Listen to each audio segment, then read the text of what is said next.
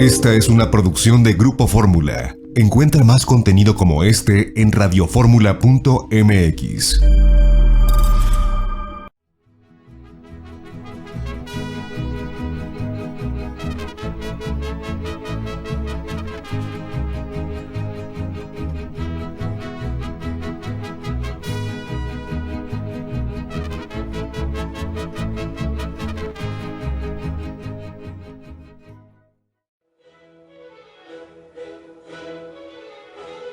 La historia que quiero vivir. Un viaje al pasado mexicano a la manera de José Manuel Villalpando.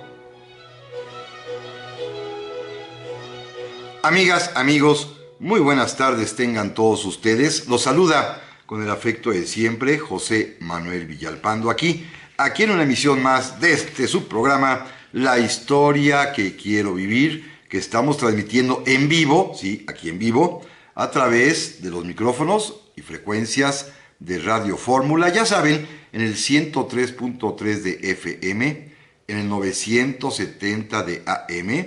Llegamos a alguna que otra ciudad del interior de nuestro país y me han pedido que explique por qué digo esto. Me lo han pedido amigos desde los Estados Unidos, que me han solicitado que diga por qué digo eso. Es que en México la estación Radio Fórmula, que es nacional, tiene diversas franquicias a lo largo del territorio nacional y no todas siguen la programación, digamos, que viene de la Ciudad de México, en este caso, su programa, sino que ellos pueden poner algunas otras cosas según, por supuesto, sea la oferta que haya mercantil de programas, y pues en muchas partes del país se colocan a estas horas programas de automóviles de lujo, por supuesto para venderlos. Ya ven que en este país somos tan ricos que todos podemos tener esos autos y por lo tanto son de consumo popular seguramente, y este es mi coraje, porque esta hora de historia no puede llegar a todas partes por esa razón, y por eso lo digo, amigos de los Estados Unidos que nos escuchan allá, también en Puerto Rico, en Canadá, naturalmente también, pero eso sí, podemos llegar a todo el territorio nacional, a todo, gracias a internet en la página www.radioformula.com.mx, cosa que agradezco infinitamente, porque esto nos permite, eso sí, una amplísima cobertura en este programa que gracias a ustedes y según indican todos los estudios de rating radiofónico, es el programa más escuchado de la Radio Nacional en México en este horario de los sábados de 4 a 5 de la tarde. Estamos en vivo, reitero, y para comunicarse conmigo, como siempre también lo digo, hay un par de vías de comunicación que son mi correo electrónico villalpandohistoriador@gmail.com, así como también la página de Facebook Villalpando y la Historia. Recuerden que este programa tiene repetición mucho más noche y que también pueden ustedes escucharlo ya sea en la página de Facebook o más tarde en mi canal de YouTube, José Manuel Villalpando. Así que estamos listos. Primero, rápidamente, doña Alejandra Telles Pichardo, gracias por escucharme, se lo aprecio enormemente. Doña Aurora Romero, también se lo agradezco muchísimo que esté siempre al pendiente. También, por supuesto, don Ignacio Barreras Hernández, que encontró un libro mío ya en las librerías de viejo. Pues muchas gracias, don Ignacio, lo aprecio mucho. Don Carlos Prados de Torreón, muchísimas gracias. Don Manuel Jesús Palma Cadena me escribe desde Mérida, Yucatán, muchísimas gracias. Doña Lupita Ayala desde Zamora, Michoacán, también muchas gracias, se lo agradezco mucho. Frida Myers, que sí, saluda a su papá, don Jesús García, está usted saludado, don Jesús, como siempre. Milian Tap, también desde Tenancingo, muchas gracias. Don Rogelio Espinal, también, muchísimas gracias, los aprecio mucho. Nuestro amigo René Moeno, también, muchas gracias. Don Enrique Deita Silva, también se lo aprecio enormemente. Me estoy yendo rápido porque el tema de hoy va para largo y seguramente me ocupará 2 programas. También le agradezco mucho a la familia de Emma, Toby, Jackson y Neftalí Garza allá en Raleigh, Carolina del Norte. Don Fernando Sánchez también se lo agradezco mucho en San José, California. Muchísimas gracias. Don Jorge Ramírez Santillán en los Héroes Tecámac, muchísimas gracias. Y don José Naum también, muchas gracias. Al rato leo sus mensajes con mucha calma ya una vez que haya terminado el programa. Ahorita no quería dejar de saludarlos y agradecerles su atención, que se tomen la molestia de escribirme. Esto es algo que aprecio y es finalmente lo que le da vida a este programa. También, pues el tema de hoy es distinto a lo que acostumbro normalmente, en el cual siempre tocamos cosas pues más o menos serias, aunque a veces digo cosas y chistoretes y y bromas que ayer me escribió una persona en YouTube que no le gusta, que soy muy poco serio, que qué barbaridad y que qué pena. Porque dije algo de Maximiliano, de que jugaba con su vajilla, lo cual es totalmente cierto, pero bueno, en fin, hay personas que se molestan porque diga yo estas cosas, pero ese es mi estilo y mi forma. Pero hoy es un tema así que sale de todo lo que hemos platicado a lo largo de estos años, porque es una historia que tiene de todo, como lo puse en la página de Facebook. Tendrá un poquito de romance, tendrá un poquitito de espionaje, de política, de erotismo, de celos, de muerte, de tragedia, bueno, de todo un poco, porque es la historia de un mexicano que se llama Julio Sedano, que en su edad adulta vive y muere en París. Anticipo el final. Muere en París fusilado el día 10 de octubre de 1917 en plena Primera Guerra Mundial, porque los franceses lo han capturado literalmente con las manos en la masa, ya que era espía. Espiaba a favor del Imperio Alemán, es enjuiciado por espía, condenado por espía y fusilado en el castillo de Vincennes, o Vincennes, como quieran ustedes decirlo, el día, repito, 10 de octubre de 1917. Es la historia que voy a platicar, la de este hombre. Sin embargo, hay una historia adicional que hay que aclarar de una vez desde este momento para poder descartar una leyenda que se ha tejido en torno a este personaje Julio Sedano, que como ustedes vieron en la fotografía, en el anuncio que coloqué en la página de Facebook, se trata de un hombre que tenía cierto parecido a Maximiliano de Habsburgo, tanto que se dijo malamente que era el hijo ilegítimo del emperador, el hijo natural del emperador, el hijo bastardo de Maximiliano, que lo había tenido en este romance famoso que le inventaron a Maximiliano, que por supuesto ni existió el romance, porque ya veremos en otra emisión más que Maximiliano pues no le gustaban las mujeres, pues, para ser claro. El romance que se dice que tuvo con la hija del jardinero del Jardín Borda en Cuernavaca, que según la leyenda se llamaba Concepción Sedano. Ya veremos que ni eso es cierto ahorita en un momento más.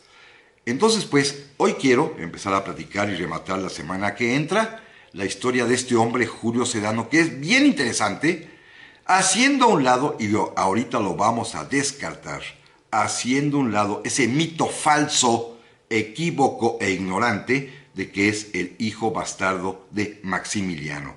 Vamos a empezar por ahí, porque es necesario, pues, quitar los abrojos que ensucian la vida de este hombre. Ella de por sí es una vida, como ya vamos a ver, bastante compleja, difícil. El tipo es un miserable, francamente, lo anticipo de una vez, pero, sin embargo, hay que decir, pues, que tampoco hay que echarle de más, ya hay que quitarle esa mácula, ese estigma de que es el bastardo de Maximiliano, porque no lo fue. Lamentablemente, muchos historiadores se fueron con la finta. Yo, afortunadamente, no caí. Si ustedes ven mi libro Maximiliano, digo que es un supuesto hijo del que se dice. Pero debo confesarles algo, voy a trasladarme un poquito al año de 1991, cuando tuve oportunidad de estar en París, Francia, varias semanas, y muchas de ellas las dediqué a examinar diversos documentos de un tema distinto en el Archivo Militar de Francia, en el castillo de Vincennes o Vincennes, como ustedes quieran llamarlo, si son muy puristas del idioma francés, el castillo de Vincennes o el castillo de Vincennes, como se escribe en español. Allí se encuentra, ahí radica el Archivo Militar de Francia, y yo estaba en ese tiempo haciendo algunos estudios que ustedes recordarán, finalmente trascendieron en la telebiografía del vuelo del águila sobre Don Porfirio, y allí estaba yo examinando el punto de vista francés de la intervención francesa a través de diversos tipos de comunicaciones, correspondencia, cartas que enviaban los oficiales franceses a Francia, a sus familias o a sus superiores, y esto pues es lo que estaba yo trabajando, pero no quise quedarme con la duda porque yo había leído un libro que es muy bueno, editado en 1967 y que mi padre me había regalado con motivo del centenario del fusilamiento de Maximiliano, se publicó en ese año, que se llama Maximiliano y Carlota, de un par de autoras francesas muy respetables y competentes. Suzanne d'Esternes y Henriette Chandet.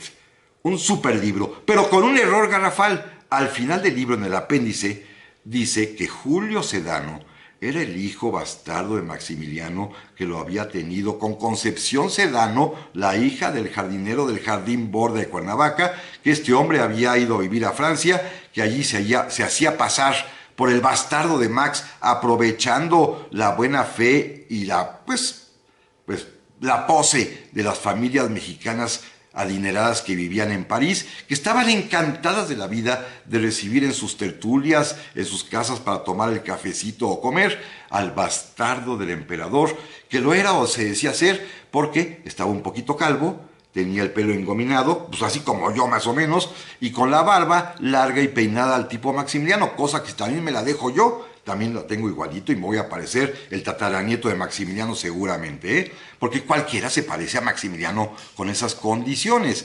Pero bueno, y estas autoras, hasta ahí más o menos la historia es correcta porque es un invento, y ahorita veremos quién inventó el mote de que era el ilegítimo de Max. Estas autores dicen que cuando fue fusilado este hombre en el castillo de Vincennes, repito, el día 10 de octubre de 1917, declaró ser hijo ilegítimo de Maximiliano. Esta curiosidad sí la tenía yo y estaba yo en el pleno castillo de Vincennes, pedí el expediente, que era un expediente allí muy breve, ahorita platicaré el otro que existe, un expediente breve en donde únicamente se encontró el acta de ejecución, el acta de fusilamiento de Julio Sedano, y allí, en donde él dice sus generales, indica claramente que es de nacionalidad mexicana, que sus padres son Ignacio Sedano y Mariana Leguízamo y Villalpando, y volvemos enseguida.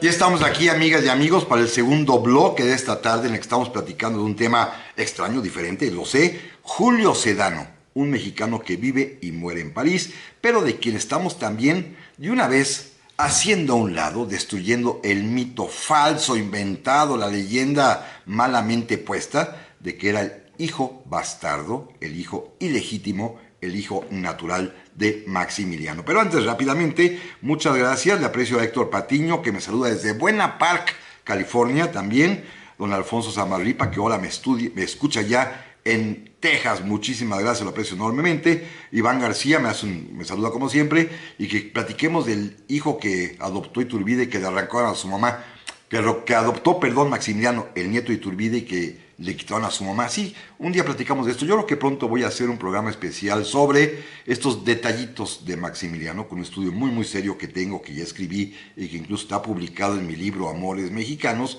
en el cual hago una especie de gran paneo, gran abanico sobre la problemática de la descendencia o falta de descendencia de Maximiliano. Les prometo que lo hacemos en unas cuantas semanas nada más. Salimos de este tema que van a ver qué interesante se pone, porque en él van a aparecer personajes de primera magnitud.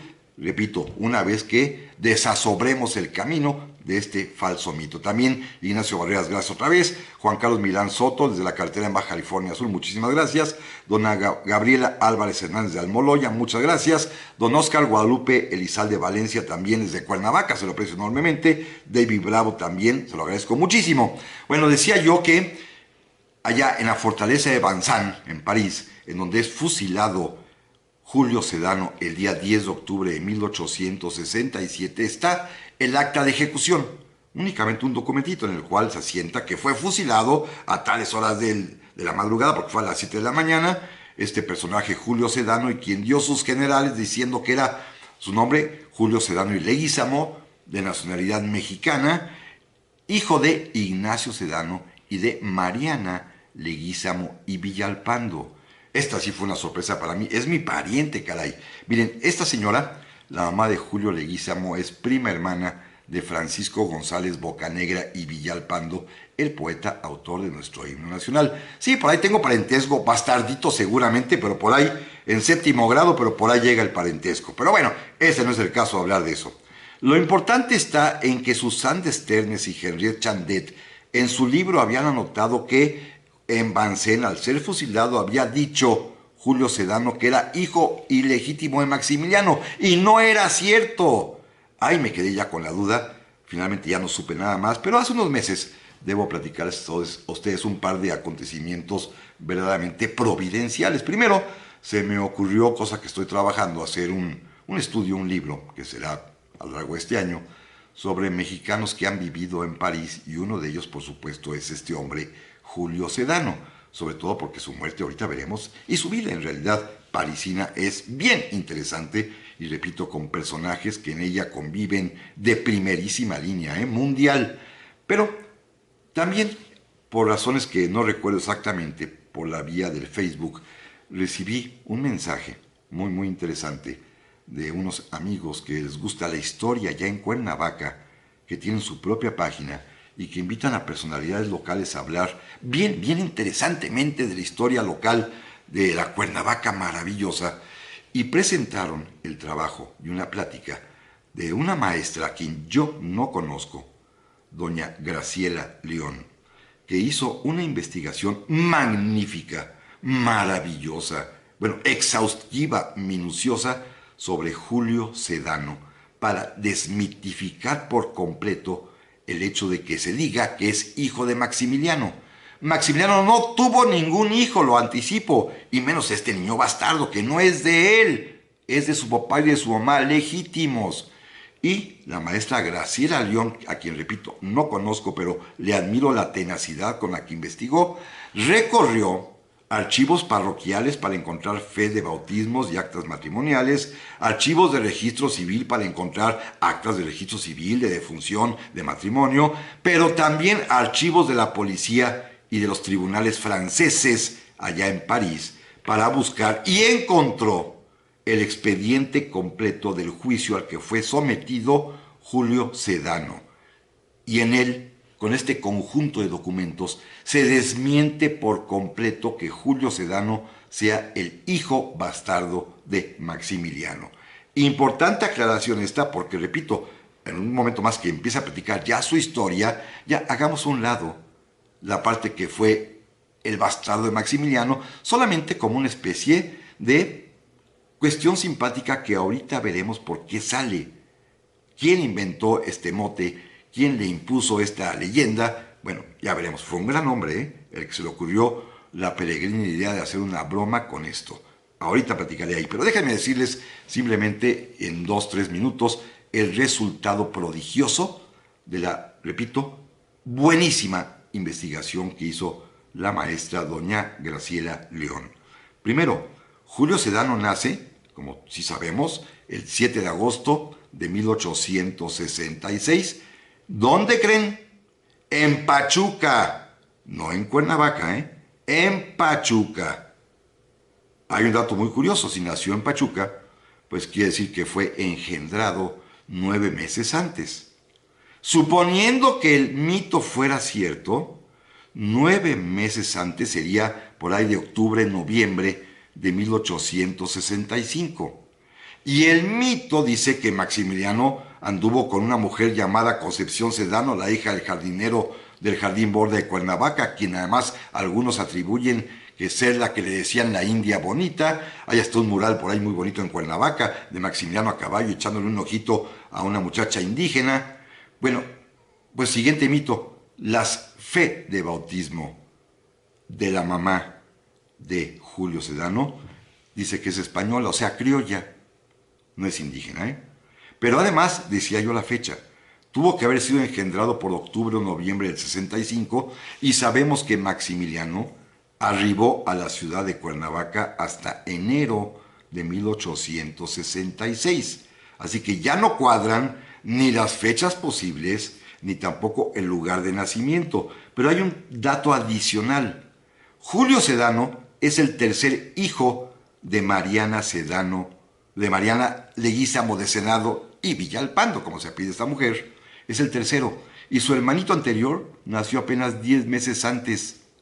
Fíjense nada más, era una familia que tuvo 10 hijos y se ve que uno tras otro, rapidito. Así que con 10 meses de diferencia nació su hermanito mayor y Julio Sedano nació en agosto. Este niño nació pues seguramente en septiembre del año anterior. Y sí que rápido a engendrar de nuevo y a parir de nuevo la pobre mujer, doña Mariana Leguízamo y Villalpando de Sedano, que tuvo, repito, 10 hijos. Así que con esto se destroza por completo el mito de que fue el hijo de Concepción Sedano, que no existe, que nació en Cuernavaca, tampoco fue cierto, y pues ni modo que Maximiliano anduviera en Pachuca buscando una mujer que acababa de dar a luz.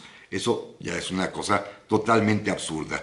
También, ya para culminar esta brillantísima aportación de doña Graciela León, debo decirles que sabemos perfectamente bien que Julio Sedano, en el año ya de 1889, se casa con una mujer aquí en México, María Teresa Chicali, que en 1894 nacerá su hijo, que se llama Ignacio Sedano, que en 1895 va a morir esta mujer María Teresa Chicali aquí en la Ciudad de México, que ese año también va a tener una hija natural, a la cual le pone el nombre de Sara, a la que va a reconocer muchos años después, y que en 1897, ya viudo, dejando a sus hijos, decide irse a vivir a Francia.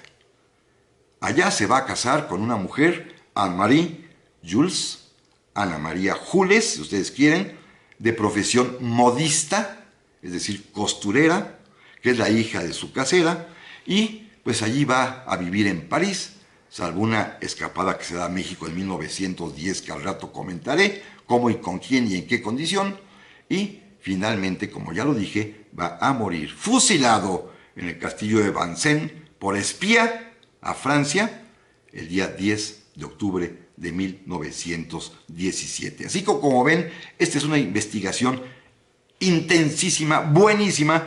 Yo les he pedido por el propio medio del Facebook, que fue por el que nos comunicamos con don Octavio Sedano, que fue quien me dio esta noticia, que convenzan a la maestra Graciela León de que lo escriba y lo publique. Es información valiosísima, además de que demuestra un trabajo profesional intenso, exhaustivo, tenaz, para encontrar la verdad y destruir un mito tonto y absurdo, pero que tiene su origen, que es el que vamos a platicar. Miren, Julio Sedano era un bueno para nada, en pocas palabras, no tenía oficio ni beneficio y seguramente apretado un poquito por el hambre y ante las dificultades económicas, es por lo que emigra a Francia, porque además, de seguro, eso sí, sabía hablar francés. Era el idioma que hablaban pues los jóvenes de aquel tiempo. Hoy se usa el inglés, bueno, en aquel tiempo era el francés, era lo culto, lo chic, hablar francés. Se va a vivir a Francia y allá va a vivir de agente comercial, de corredor mercantil, de representante de empresas que exportaban productos mexicanos,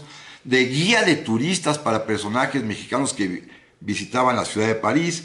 Se adaptó muy bien, allá se casó y pues vivía pues con un más o menos muy modesto pasar en la ciudad de París. Y en el año de 1900, cuando precisamente en la capital de Francia se va a llevar a cabo la gran exposición universal, en la que todos los países del mundo enviaron pabellones con objetos, productos, pinturas, cosas históricas, libros, personalidades, pues México también envió el suyo y allí fue Julio Sedano. Volvemos enseguida. Ya estamos aquí, amigas y amigos, para el tercer bloque de esta tarde. Muchísimas gracias por todos sus comentarios. Don Julio Vega me escribe y me saluda y manda una foto desde Honolulu, Hawái. Bueno, estamos pasando el Pacífico ya desde hace varios programas. Gracias a don Julio Vega, que desde Hawái me está escribiendo. Se lo aprecio muchísimo que allá nos están escuchando. Muchas gracias. Ya somos transpacíficos. Ya tuvimos, ¿se acuerdan ustedes? Desde Japón, de Singapur, bueno, ahora de Hawái. Atravesamos el Océano Pacífico, lo cual me da mucho gusto. Gracias a don Lalo Núñez, que siempre nos escribe. Muchísimas gracias, se lo aprecio. Santiago Rosas Pérez en Puebla dice que no se escucha por internet. Uy, ahora sí me preocupé. Ahorita estoy viendo aquí a Guillermo López Negrete, que me está escuchando, que he hecho una revisadita por ahí, a ver si está pasando algo. Don Samuel Báez, muchísimas gracias. ¿Cómo se llama el tema musical del programa? Bueno, lo vuelvo a decir. Es la introducción, un pequeño fragmento de la introducción de la ópera Moctezuma de Vivaldi. Es el tema musical de este programa. También le aprecio muchísimo, creo que por aquí había un correo electrónico rápidamente, sí como no, a don Pablo Gabriel Esparza, que se reporta, muchísimas gracias, lo aprecio enormemente. Don Ricardo Flores Castani, desde Carrollton, Texas. Al rato le contesto lo que me está usted preguntando, pero no lo veo muy posible que digamos. Pero muchas gracias, muy amable. Vamos a continuar. Miren, simple y sencillamente déjenme decirles esto. En este año, en 1900, Julio Sedano, que se dedica a ser comisionista, que se dedica a ser corredor mercantil, representante de importaciones o de exportaciones allá en París de productos mexicanos, pues ve la suya, porque en la exposición el pabellón de nuestra patria es muy amplio, va mucha gente, se llevan muchísimos productos a vender, y esto es, pues siempre ha sucedido así, una cuestión que a los extranjeros y a los franceses les encanta. Este pabellón además fue construido en forma de una antigua pirámide pues prehispánica, y naturalmente los visitantes estaban fascinados viendo todo lo que había allí, porque llevaron hasta piezas arqueológicas. Andaba por ahí don Justo Sierra, que era el encargado, digamos, como el curador de la exposición mexicana. Y, por ejemplo, México llevó como una obra de arte los trabajos de este gran escultor aguascalentense, Jesús F. Contreras, de quien ya hemos hablado alguna vez aquí en el programa. Hasta hicimos un especial de Año Nuevo con él. Aquel escultor que ustedes recuerdan que le faltaba un brazo, y que sin embargo, con esta incapacidad, esculpió en mármol una estatua bellísima que seguramente ustedes han de recordar, que durante mucho tiempo estuvo en su lugar en Alameda Central, aquí en la capital, pero que después, por las vejaciones y humillaciones que le hacían a la pobre estatua, la tuvieron que llevar al Museo Nacional de Arte. Pero hay una réplica en la propia Alameda, la famosa Malgré-Tout. Bueno, esta escultura, la Malgré-Tout, y su autor, Jesús F. Contreras, estuvieron allá, él ya manco, porque ahí es donde pierde el brazo, ahí lo operan para quitarle parte del brazo ya que tiene cáncer, y fue premiado con la medalla de oro, con el gran premio de oro, en la propia Exposición Universal de París de 1900. Y allí anda Julio Sedano, este personaje. Todavía no le inventan el asuntito de que es el bastardo de Maximiliano. Es simplemente un mexicano que vive y trabaja de ser representante mercantil de varias negociaciones, de agente de importaciones y exportaciones, repito, un corredor de bolsa o corredor de mercancías. Y a esto se dedica el buen hombre cuando conoce allí, en la exposición, a tres personajes que son muy amigos, y que los tres provienen de América, de Iberoamérica, cada uno con un papel distinto. Los tres coinciden en que son iberoamericanos y en que son articulistas o reporteros o cronistas de diferentes periódicos, de un periódico mexicano, de un periódico guatemalteco y de un periódico argentino, aunque son de nacionalidades diversas. Miren, hay un mexicano, Amado Nervo. Nuestro gran poeta, Amado Nervo, está en exposición de 1910. Hay un guatemalteco que es un joven poeta que después será un brillante escritor y se va a volver rico con sus libros, que se llama Enrique Gómez Carrillo. Y hay un hombre ya un poco mayor que ellos, que ya para ese momento ganó el prestigio de ser llamado, escuchen amigos esto, lo habían llamado ya en España, a pesar de que él era nicaragüense, lo llamaban el príncipe de las letras castellanas. Era considerado el mejor poeta en idioma español en su tiempo, en ese año de 1900. Era considerado, repito, el mejor escritor, el que hablaba mejor el español, inclusive por la propia Real Academia Española de la Lengua, que lo había recibido con aplausos unos años antes, que le había dado verdaderamente un realce a su presencia, porque, repito, él, el inventor de la corriente literaria llamada modernismo, era considerado, aún por los españoles que son muy especiales para esto, como el mejor escritor en lengua española del mundo en ese tiempo. Me refiero ni más ni menos que al gran poeta Rubén Darío, nicaragüense, el autor de aquel libro muy famoso que se llama Azul, que ustedes seguramente recuerdan de sus clases de la prepa. Este hombre, junto con Amado Nervo y con Enrique Gómez Carrillo, coinciden los tres allí en la Exposición Universal de París en 1900. Además, los tres, porque son intelectuales, y en aquel tiempo a los intelectuales pues los becaba el gobierno de una manera pues distinta. Hoy a través de premios y estímulos y foncas y cosas de esas, y en aquel tiempo no. A los intelectuales, los gobiernos iberoamericanos les daban cargos diplomáticos. Amado Nervo era ya para entonces secretario en la Embajada de México en Francia. Enrique Gómez Carrillo, fíjense bien, a pesar de ser guatemalteco, era secretario o agregado de la legación de Argentina en Francia, y Rubén Darío era cónsul de su país, de Nicaragua, también en Francia. Así que los tres cobraban doble en su representación diplomática, pero también en los periódicos para los cuales escribían y enviaban crónicas, porque era el acontecimiento mundial, esta exposición universal de París de 1900, y había que mantener informado a todo el público, y por eso enviaron a reporteros de este calibre, ¿eh? Simplemente nuestro Amado Nervo estuvo ahí haciendo crónicas y Rubén Darío haciendo también lo propio. Además, pues, se trataba de que los países mandaran a lo mejor, y qué mejor que nuestro gran poeta Amado Nervo y los nicaragüenses. Qué honor mandar al gran poeta, considerado ya para entonces príncipe de las letras españolas, que es Rubén Darío. Y los tres, fíjense bien, que además son muy divertidos, porque se la pasan. El mismo Rubén Darío, en su autobiografía, que ahorita les voy a recomendar, dice que en todos sus años de París le dio vida y vuelo y disfrutó dos asuntos: el alcohol en exceso, sí, bebían como cosacos, ¿eh? Rubén Darío, y lo anticipo, es un alcohólico contumaz. De eso va a morir años después, en 1916, de cirrosis hepática, ¿eh? Bebía todo. Y él mismo confiesa en su autobiografía que le dio vuelo al alcohol en exceso y a los placeres en exceso. Y cuando habla de los placeres, habla de mujeres, por supuesto. Porque más adelante, como lo puse en nuestro anuncio, va a aparecer una mujer muy famosa que tendrá que ver con ellos. No con Amado Nervo, porque Amado Nervo se retira pronto de París y regresa a México, pero sí con los otros dos, con Rubén Darío y con Enrique Gómez Carrillo y con nuestro Julio Sedano.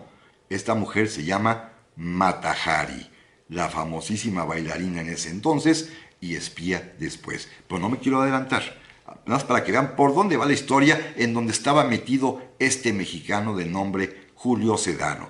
Pero déjenme volver. Rubén Darío, cuando llega a la Exposición Universal de París, pues se encontró al visitar el pabellón mexicano, por supuesto de casi de la mano de su amigo Amado Nervo, y allí estaba presente nada más ni nada menos que don Justo Sierra, con mucho orgullo, y por supuesto salió a recibir al famosísimo Rubén Darío, y andaba por ahí papaloteando, pues este hombre, Julio Sedano, que a Rubén Darío, cuando se lo presentan como un comisionista, como un intermediario de casas comerciales mexicanas, pues le cayó simpático. Le cayó simpático porque Julio Sedano debe haber sido muy salamero, muy agradable, muy cortesano, muy educadito, muy finito, y sobre todo estaba frente a un figurón, nada más ni nada menos que don Rubén Darío y también don Justo Sierra, que en ese momento no tenía cargo oficial, pero estaba próximo a ser designado ya subsecretario de Instrucción Pública y en poquitos años el primer secretario de Instrucción Pública en el gobierno del general Porfirio Díaz. Pero ya era don Justo Sierra, quien a su vez era amigo ya tanto de Nervo como de Rubén Darío. Así que ahí andaba, ya me lo imagino, papaloteando y viendo cómo quedaba bien, en qué los atendía, qué les ofrecía Julio Sedano.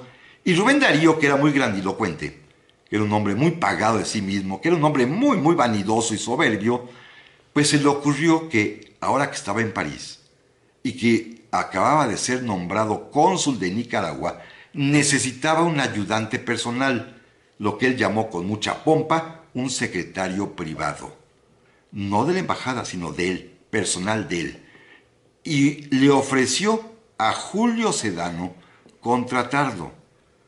Y Julio Sedano, primero, necesitado de dinero, recuérdenlo, porque los negocios de intermediación mercantil no siempre dejan dinero, a veces que no hay, y necesitado también de cierta, pues cierto roce social de altura como el que le podía dar Rubén Darío, pero además entusiasmado con las francachelas, borracheras, pachangas, parrandas, bacanales y reventones, pues aceptó el contrato y entró a trabajar con Rubén Darío. Volvemos enseguida.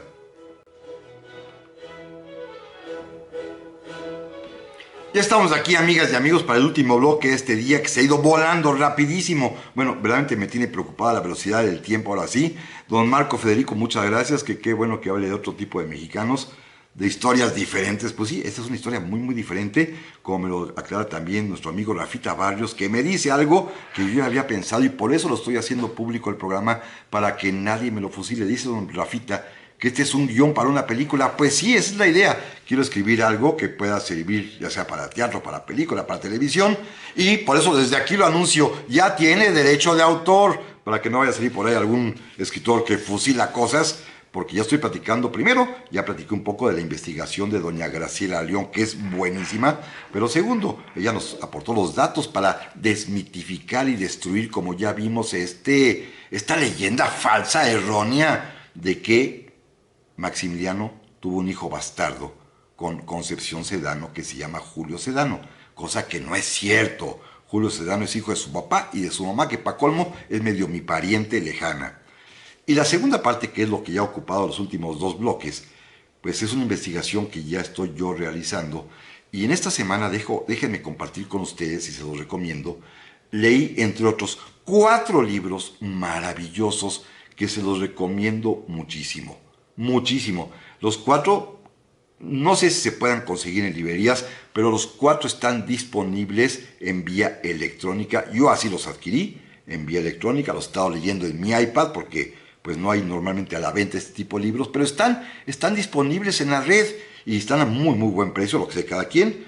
Los compré y los leí, bueno, no los leí, los devoré. Miren, el primero de ellos, La vida de Rubén Darío, contada por él mismo, por el propio Rubén Darío. Así le escriben, y así lo van a bajar, La vida de Rubén Darío, contada por él mismo. Segundo, otro libro fantástico, El misterio de la vida y la muerte de Mata Hari. Fíjense, aquí ya aparece Mata Hari. Bueno, ya apareció en el bloque anterior, ya les dije que sí se conocieron, yo te voy a dar la prueba de que sí se conocieron. Y este libro del misterio de la vida y la muerte de Mata Hari lo escribe nada más ni nada menos, escuchen amigos, Enrique Gómez Carrillo. Enrique Gómez Carrillo es el guatemalteco que hablé en el bloque pasado, que es amigo de Rubén Darío, amigo de Amado Nervo, que conoce muy bien a Julio Sedano porque viven juntos en la misma casa, y es amigo también de Justo Sierra. Y más adelante, ya verán en el programa siguiente lo que pasa. Gómez Carrillo tiene que escribir este libro para quitarse encima las sospechas de que él tiene que ver con la muerte tanto de Mata Hari con Julio Sedano, de los dos, así como la ven.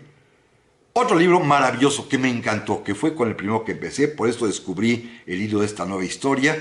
Este libro se llama La princesa Paca, la gran pasión de Rubén Darío.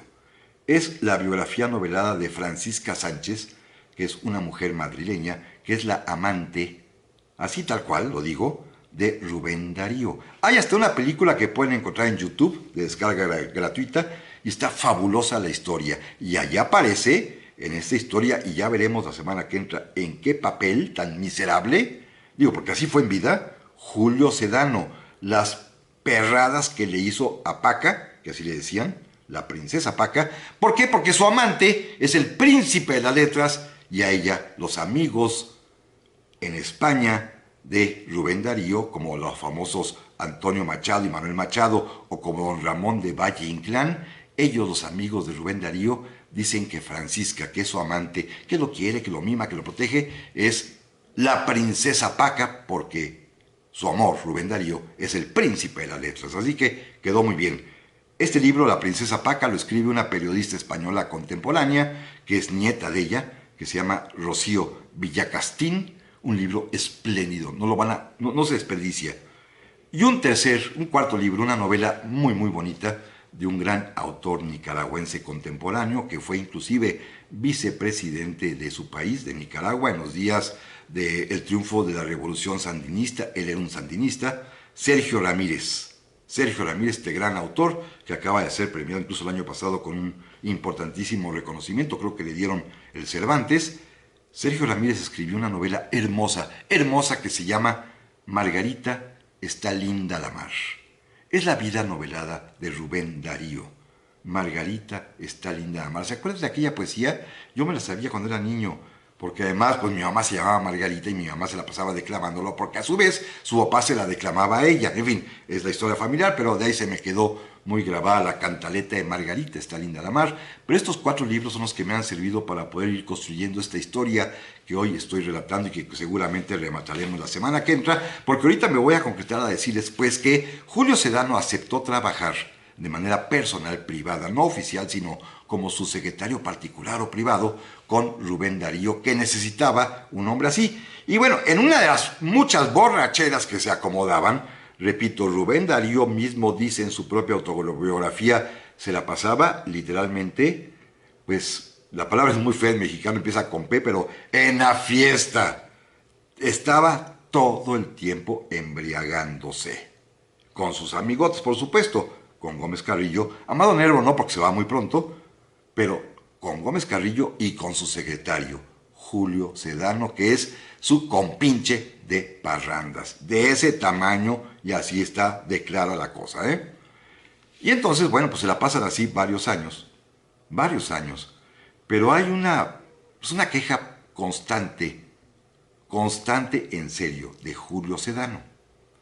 Julio Sedano se queja con el embajador de Nicaragua en Francia. Recuerden, Rubén Darío es el cónsul, ¿eh? El cónsul es una cosa y el embajador es otra cosa. El superior de Rubén Darío, el embajador Medina, que odia a Rubén Darío porque pues nada más es una revista intelectual que por famoso le dieron ese puesto, ese hueso para que cobre, pues le cae mal, no trabaja en realidad. Se queja constantemente Julio Sedano de que Rubén Darío, fíjense, lo invita a todos los reventones, pero no le paga. Tuve la fortuna de encontrar ya en estos días las cartas, las notas que enviaba Julio Sedano a la propia embajada de Nicaragua en Francia para quejarse de la mala leche, porque Rubén Darío no le paga su sueldo, o no se lo paga completo, o se lo paga a destiempo y mal, y en fin, lo tiene sufriendo, pero eso sí, lo tiene feliz porque van a todas partes, andan de francachela en parranda, y es su hombre de confianza. Tan de confianza es, fíjense, que, repito, van a todo tipo de bacanal. Conocen a todas las mujeres, como lo dice el propio Rubén Darío en su memoria, famosas, accesibles. Ya se imaginarán ustedes a qué me refiero. Y por supuesto, en esos años, la mujer más famosa y también más accesible, por razones que ahorita comentaré rápidamente, es, allá en París, Mata Hari. Hay una fotografía maravillosa, tomada en el Jardín de Luxemburgo, allá en la capital de Francia, en la que aparecen Rubén Darío, Mata Hari, Enrique Gómez Carrillo, otro poeta argentino, Juan de Zoiza, y Julio Sedano al lado de Rubén Darío. Están todos ellos con Mata Hari, así que se conocían perfectamente bien. Mata Hari tenía pues una fama ya bastante pues provocativa, llamémoslo así. Digamos simple y sencillamente que ella, aunque hable ya con detalle la semana próxima de su biografía para poderla enlazar con lo que estamos platicando, digamos que ella era bailarina desnudista, que con sus bailes orientales había seducido en todos los teatros grandes y chicos de París de aquel tiempo y era la más famosa, estaba en su apogeo, además, no de su belleza, no es que estuviera muy bonita, si ustedes ven las fotos de ella no era muy agradable, pero sí tenía un cuerpazo bárbaro seguramente, con movimientos y contoneos bastante excitantes, pero lo más interesante es que ella declaró en su proceso, que ya también tuve oportunidad de verlo, que ella ejercía además el oficio más viejo del mundo, que el teatro y la danza era para promocionarse, pero lo que verdaderamente les rendía beneficios económicos era ejercer el oficio más viejo del mundo. Y además dice ella que lo ejercía por varias razones, y a veces gratis, a veces por amor, a veces porque decía ella que adoraba a los hombres de uniforme, otra porque le encantaba coleccionar personajes famosos a los cuales no les cobraba. Y entre los famosos estaba Rubén Darío, por supuesto. También, nada más para que escuchen ustedes la nómina, el famosísimo, en ese momento el más prestigiado y destacado compositor de ópera, que era el espectáculo universal que más atraía a la gente, la ópera, y en ese momento el autor de renombre, el más famoso era Giacomo Puccini, el autor ya en ese momento de Tosca, de Bohemia, todavía no escribe Turandot, pero es este gran músico que también está en la nómina de los que pasaron por Mata Hari, como Rubén Darío, pero también a algunas otras personas, a los ricos, empresarios, banqueros, políticos, militares de alto nivel, sí les cobra, y en su proceso declaró que su tarifa, escuchen amigos, ya sé que son temas que nunca toco, pero está padre este dato. La tarifa de Mata Hari por noche con estos personajes ricos era de $7,500. ¿Todo por qué? Todo porque era muy hábil para esas cosas y tenía una habilidad natural que no les voy a decir en qué consiste, pero lo pueden buscar en internet, que era practicar el abrazo de Cleopatra. Ahí se los dejo, lo pueden buscar en internet porque yo no voy a hablar de eso, pero esto la hizo famosísima, y allí cayó Rubén Darío, y caerá Julio Sedano. Pero de esto hablaremos, amigas y amigos, la semana que entra. Por hoy, muchas gracias por su atención. Le aprecio mucho a don Raúl Cruz en los controles, como siempre, y a Guillermo López Negrete en la producción, así como a Fernanda Nava. Gracias, pásenla bien, amigas y amigos. Primero Dios, la semana que entra, aquí nos escuchamos.